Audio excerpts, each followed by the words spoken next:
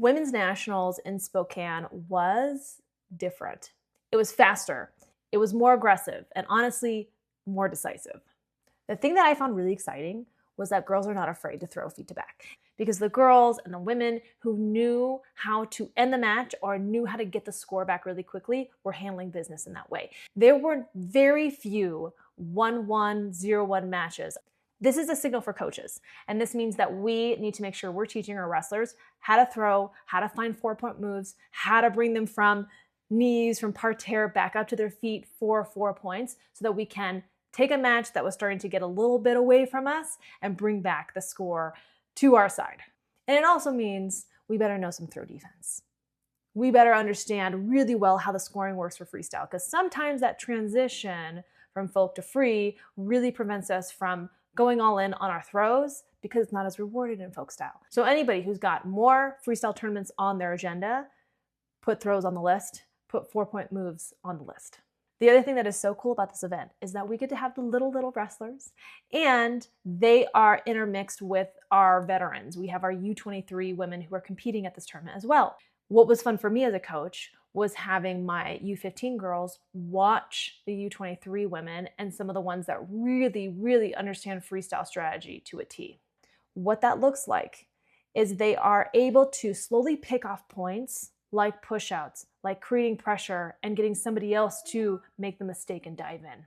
I think from an athlete standpoint, this can be really subtle and sometimes undetectable. It's important as coaches for us to point that out to our athletes so they can watch and pay attention. What is the difference between this folk style freestyle strategy? When does it show up, and what do I need to focus on? What I love to point out to my athletes is how to pay attention to when they're pressuring and why. Why are they doing that? Wrestling begins with pressure, especially freestyle, especially when we have a step out rule. When you actually pay attention to the women who are doing this and doing this well, they can pick off a match little by little, whether they're behind on a couple points or whether they're just trying to hold on to a lead. They know how to keep really smart strategy. The push out rules, the new ones.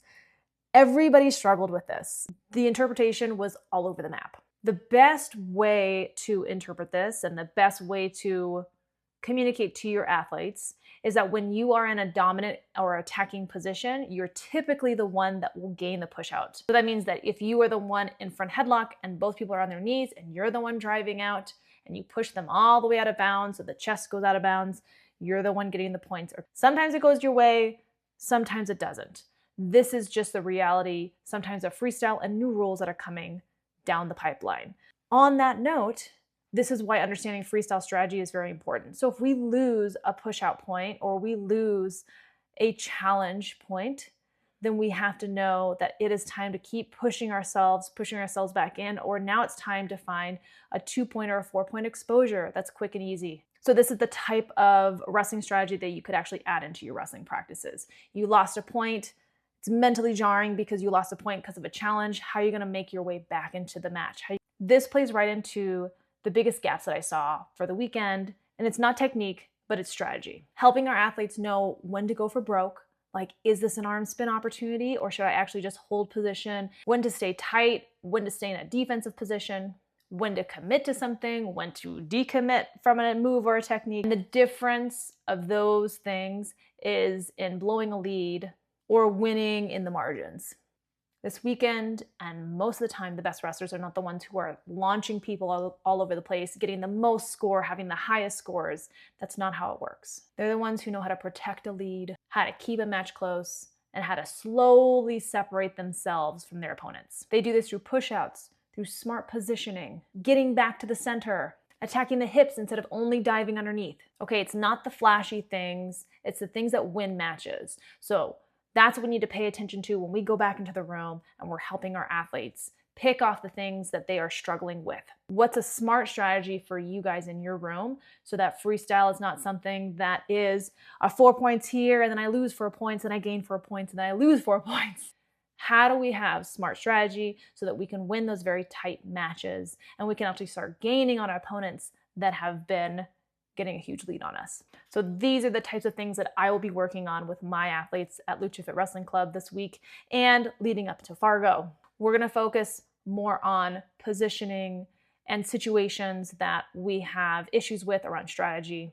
I'm gonna use games from the Play to Win guide that help us, especially with push out, get our positioning stronger and then understand how to play and decision make at the edge. Here's an example of something that we're going to do. So one wrestler is going to be at the edge and their job is to pressure out in a certain way. I'm going to give them a constraint. So they can do this and they can't do that. And they have to look for the score in those constraints. But then they have a lot of decision making. They need to decide if it's the right thing to change direction, if it's the right thing to pressure forward, if it's the right thing to pull. Defensive wrestler will have a similar situation where they have certain constraints. They can only do certain things and they got to decision make within those things. Part of it is we're trying to keep them focused on the technique they need to do, and we're trying to get them to learn the strategy by living in those positions. Because truly at these next levels, it's not the moves that you can hit, but it's where you can wrestle, how you strategize at the edge, and how do you win in those little baby moments that you need to pull out at the very end. That's where this sport is going, especially for girls. Truly, the biggest gap isn't the technique, it's knowing how to win in the margins. Coaches, I hope this helps you in your rooms this week and it helps you prepare for some freestyle.